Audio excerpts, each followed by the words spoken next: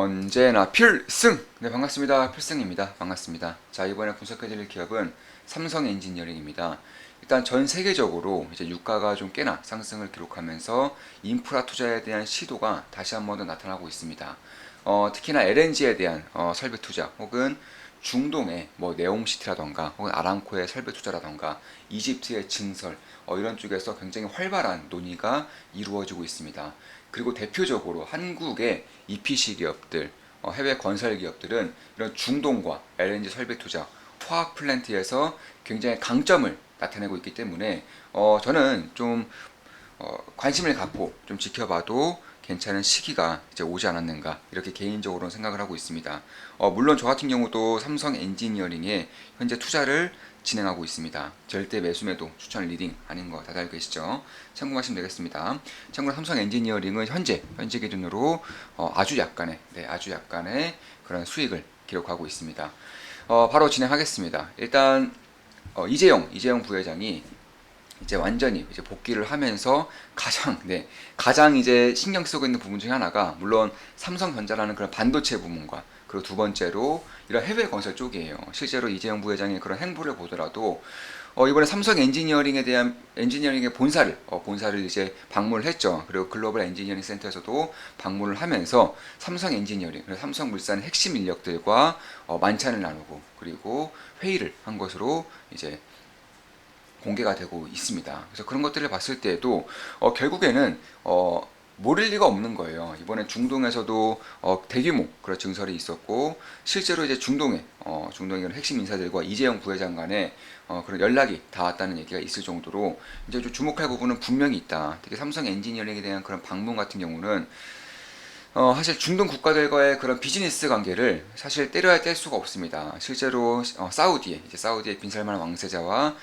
삼성의 이재용 부회장이 이미 개별 면담을 가졌고요. 그리고 아직은 시장에 알려지고 있지 않지만 빈살만 왕세자가 11월에 한국에 와요. 11월에 한국에 옵니다. 그래서 그런 것들을 봤을 때에도 이미 650조 원에 달하는 그런 사우디의 네옴시티에 대해서 논의가 있을 수 있고요. 그리고 사우디의 대표적인 기업이죠. 아람코의 대규모 증설에 대해서도 논의가 있을 수 있습니다.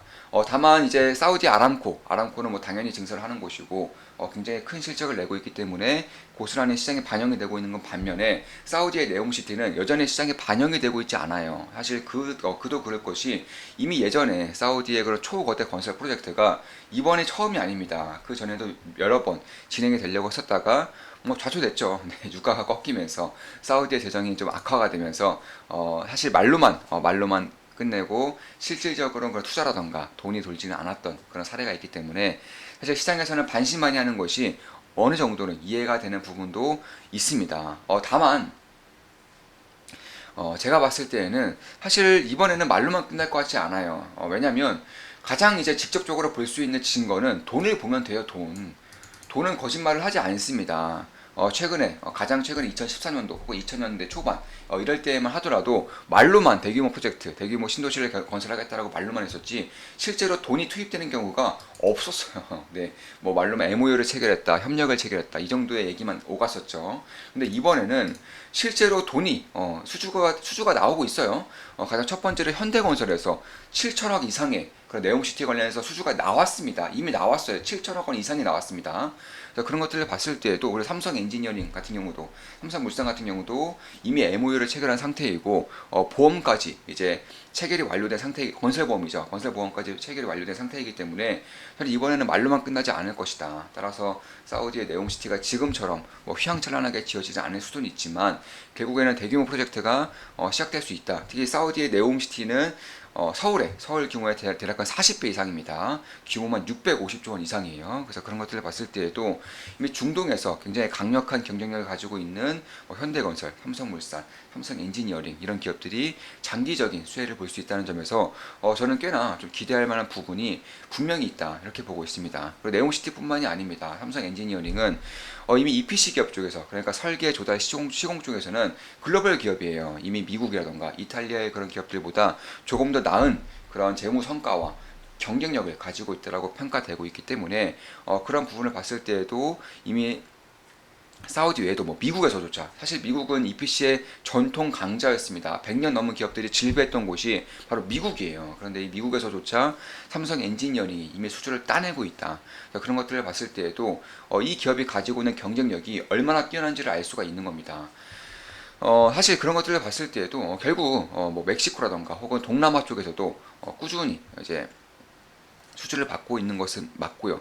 그 외에도 뭐 AI 혹은 IoT, 신재생 에너지 쪽에서도 삼성 엔지니어링이 굉장히 좀 공을 들이고 있다라고 공개적으로 밝히고 있기 때문에, 특히 아랍에미리트던가 이쪽에 대해서도 이미 아랍에미리트가 대통령과도 네, 면담을 했을 정도로 이재용 부회장의 삼성 반도체에 대해서만 혹은 배터리에 대해서 좀 관심을 갖고 있는 것처럼 내비치지만, 사실 반도체 다음으로, 반도체와 더불어서 가장 지금 현재로서 가장 큰 관심을 가지고 있는 분야는 바로 해외 건설입니다. EPC 쪽이에요.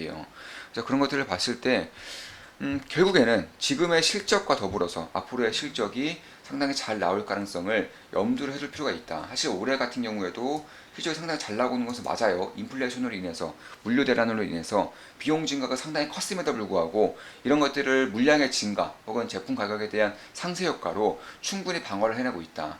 따라서 실적은 꾸준히 성장을 기록하고 있는 것이고, 뭐 예상치로만 보더라도 뭐 꾸준한 성장세를 보이고 있는 것은 사실이에요. 다만 저는 지금 예상치는 매우 보수적으로 지금 나타내고 있는 그런 대부분의 수주 잔고를 반영하지 않는 정도의 네, 그런 전망치로 보고 있는 것이고, 그렇다고 해서 밸류에이션이 굉장히 좀 많이 높은 상황이냐, 그런 것도 아니에요. 사실 평균치보다 오히려 아래쪽에 있기 때문에 고평가에 대한 그런 논란도 저는 어느 정도는 피해갈 수 있는 현재 상황이다. 개인적으로는 그렇게 보고 있습니다. 그 외에도 사실 뭐 중동이라던가 혹은 미국의 해외 엔지니어링 프로젝트가 물론 주된 가장 큰 관심을 갖고 있는 것은 맞지만, 그 외에도 멕시코에서도 무려 4조 5천억 원, 4.5조 원 정도의 그런 대규모 정유 화학 플랜트에 대해서도 이미 수주에 대한 그런 가능성이 굉장히 높아지고 있는 것이고, 원전 쪽에서도 사우디의 원전에서도 해외 프로젝트를 현재 이미 진행 중에 있기 때문에 그런 부분을 봤을 때 결국에는 앞으로 지금이야 뭐 관심을 받고 있지 않기 때문에 굉장히 소외된 섹터 중에 하나이기 때문에 이 정도의 주가 흐름을 보이고 있는 것은 맞지만, 조금 더 지났을 때에는 지금과는 좀 상당히 다른 그런 관심도를 받고 있지 않을까, 이렇게 보고 있는 것입니다. 실제로 대규모 인프라 투자는 아직 시작도 되지 않았다는 점, 얘기만 조금씩 나오고 있다는 점에서 사실 지금 단계는 저는 소문이라고 생각하고 있는 거예요. 소문에 사서 뉴스에 팔라는 말이 있듯이 소문이 조금씩 돌기 시작하고 있는 구간이 저는 지금이지 않을까, 이렇게 보고 있는 겁니다. 물론 제 모든 영상은 매수매도 추천 리딩 절대 아닌 거 다들 알고 계시죠? 참고하시면 되겠습니다. 특히 이제 이집트의 이제 수에즈은행 쪽에서도 이미 글로벌 수주전에 들어갔고요.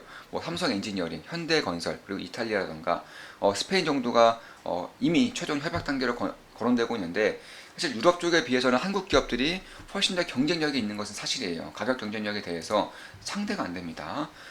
그리고 기술적 경쟁력 같은 경우도 이제 지금까지는 이제 유럽 기업들, 미국 기업들이 상당히 힘들었어요. 적자를 면치 못했습니다. 왜냐하면 국내 기업들과는 상당히 다른 점이 있었기 때문이에요. 국내 기업들 같은 경우는 일단 삼성전자라는 그런 압도적인 기업이 삼성 엔지니어링의 그런 뒷배에 있으면서 공장에 대한 증설이라던가 신규 공장 건설 이쪽에서 삼성 엔지니어링에 대한 그런 수혜가 굉장히 좀 컸었고요. 현대건설 같은 경우에도 사실 뭐 증설뿐만이 아니라 이제 대한민국의 EPC 기업들, 해외 건설 기업들의 특징은 국내 주택 시장도 같이 했다는 거예요. 여기서 굉장히 좀 안정적인 그런 재무 성과를 낼 수 있었던 것인데, 해외 EPC 기업들은 오로지 해외 EPC만 했었기 때문에 지금까지는 적자를 면치 못했습니다. 다들 아시다시피 지금의 공급이 부족한 가장 큰 이유는 바로 투자가 없었기 때문이에요. 인프라를 굉장히 멸시했었기 때문입니다.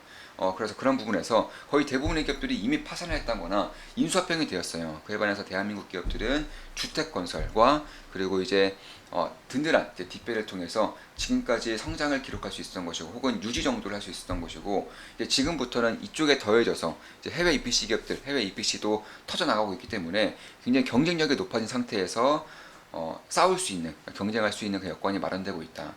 쉽게 말해서 해외 기업들은 한 한 10년 동안 밥을 제대로 먹지 못했어요. 네. 영양실조에 빠져있는 그런 상태인데 대한민국 기업들은 밥도 꾸준히 먹고 관리도 받으면서 꾸준히 운동도 한 상태에서 겨루기를 하는 것과 다름이 없다 이렇게 보고 있습니다. 특히 삼성 엔지니어링의 특장점, 특징 중에 하나가 바로 기본 설계예요. 그러니까 EPC 기업 같은 경우는 이미 일단 협약을 딱 내놓고 수주를 받아놓고 다른 기업이 기본 설계를 완료하면 거기서 이제 추가적인 설계라던가 조달 공사까지 진행된다면 삼성 엔지니어링은 처음부터 끝까지 전부 다 해요. 네, 스스로 혼자 다 합니다. 기본 설계까지 아예 부지 선정이라던가 부지에 대한 그런 설계라던가 기본적인 것들도 처음부터 삼성 엔지니어링 할 수 있는 경쟁력을 갖추고 있기 때문에 결국 제가 봤을 때에는 지금의 이제 수주 잔고가 뭐 20조 원 이상, 25조 원에 달하는 것도 충분히 납득이 갈 수 있을 정도의 그런 경쟁력이다. 이미 2024년까지 수주 잔고가 꽉 찼기 때문에 지금부터 받는 수주는 아무리 빨라봐야 2025년 하반기부터 시작이 될 수 있다는 점도 지금 삼성 엔지니어링이 가지고 있는 경쟁력과 그 사업에 대한 그런 호황기를 맞이할 수 있는 가능성을 보여주고 있다. 개인적으로는 그렇게 보고 있습니다.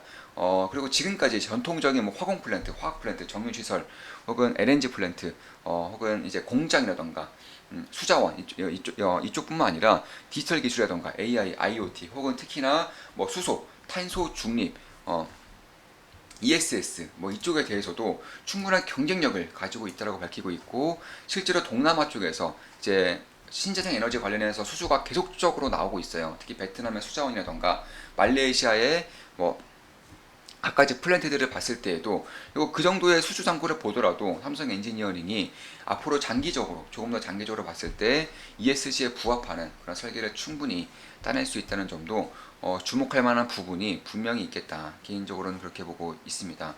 따라서 기본 설계 피드라고 합니다.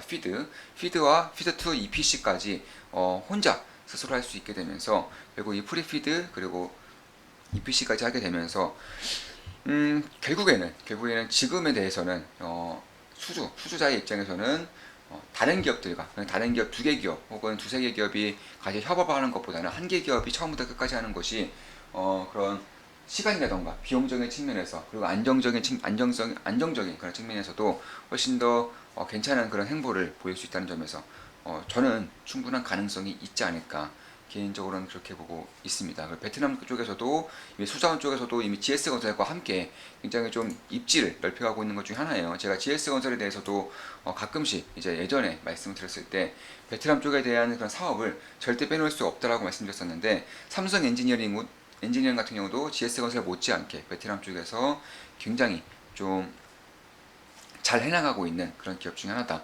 이렇게 보시면 되겠습니다. 특히 미국 같은 경우에서도 LNG 플랜트에 대한 그런 수주를 따냈는데 굉장히 의미가 있어요. 왜냐하면 미국은 정통의 그런 EPC 강자예요. 100년이 넘는 그런 기업들이 질비했었던 곳이 국가이고 지금 대부분의 기업들이 파산한 것은 맞지만 그럼에도 지금도 몇몇 이제 글로벌 기업들이 존재하는 그런 국가이기 때문에 여기 삼성 엔지니어링의 미국의 대규모 LNG 플랜트 시설에 대한 그런 증설이라던가 신규 수주를 따냈다는 것을 봤을 때에도 저는 이런 것 자체가 결국 지금의 삼성 엔지니어링의 경쟁력을 보여주고 있는 것이고 내년부터 미국의 대규모 인프라 투자를 시작으로 해서 중국이라던가 인도, 유럽 쪽에서 대규모 인프라 투자가 시작되었을 때에는 이미 수주가 2년치까지 꽉 찬 상황에서 삼성 엔지니어링이 어디까지 성장할 수 있겠는가에 대해서도 좀 기대를 가져볼 만한 시기가 지금부터 이제 막 펼쳐지고 있는 것이 아닌가 이렇게 보고 있습니다. 물론 제 모든 영상은 다들 아시다시피 매수매도 추천 리딩 절대 아닙니다. 참고만 하시면 되겠습니다. 자, 우리 멤버분들이 남겨주신 댓글이에요. 좀 간단하게 한번 살펴보면 자, 사부님 덕에 크게 수익입니다. 이런 장에서도 꾸준히 수익 내는 게 정말 신기합니다. 갓승 진정 최고입니다. 이런 장의 수익이 커요. 대단하십니다. 올해 6번째 100% 수익 가보자. 네. 6번째 100% 수익. 그러니까 2배 이상의 수익이 6번째로 도전되고 있다. 이렇게 말씀하신 거죠. 지금 시장이 모두가 전기차에 열광할 때 필승님은 벌써 다음 주도주를 준비하시는군요. 외국 기업이고 시가총액이 낮은 기업이라 생소하지만 성장 속도와 성장률은 웬만한 기술주들을 넘어설 분위기이군요. 제 개인적으로는 매우 매력적인 기업으로 보입니다. 한국의 HMM 차트가 연상되네요. 항상 소중하고 좋은 종목 발굴과 분석에 감사드립니다. 짝짝짝. 필승 네, 이렇게 남겨주셨고 이분 같은 경우도 이제 우리 멤버분이시고 좋은 만큼 더 멤버분이십니다. 실력 향상이 굉장히 빠르게 진행되고 계시고 저는 이미 이분 같은 경우는 어느 정도의 그런 실력자에 올라서고 있다. 개인적으로는 그렇게 생각이 들고 있습니다. 자, 그럼 이것으로 방송 마치겠습니다. 자, 지금까지 삼성 엔지니어링에 대한 분석이었고 전 세계적인 대규모 투자라던가 혹은 중동에 대한 특히 사우디의 네옴시티라던가 아랍에미리트, 이집트의 대규모 증설에 대해서 분석을 해드렸습니다. 그 외에도 미국의 LNG 플랜트에 대해서도 같이 말씀을 드렸었고 동남아 쪽 특히 베트남과 말레이시아에 대한 그런 수주에 대해서도 분석을 해드렸습니다. 앞으로도 좋은 분석, 좋은 기업 분석으로 찾아뵙겠습니다. 필승이었습니다. 필승 구독은 돈이 됩니다. 필승!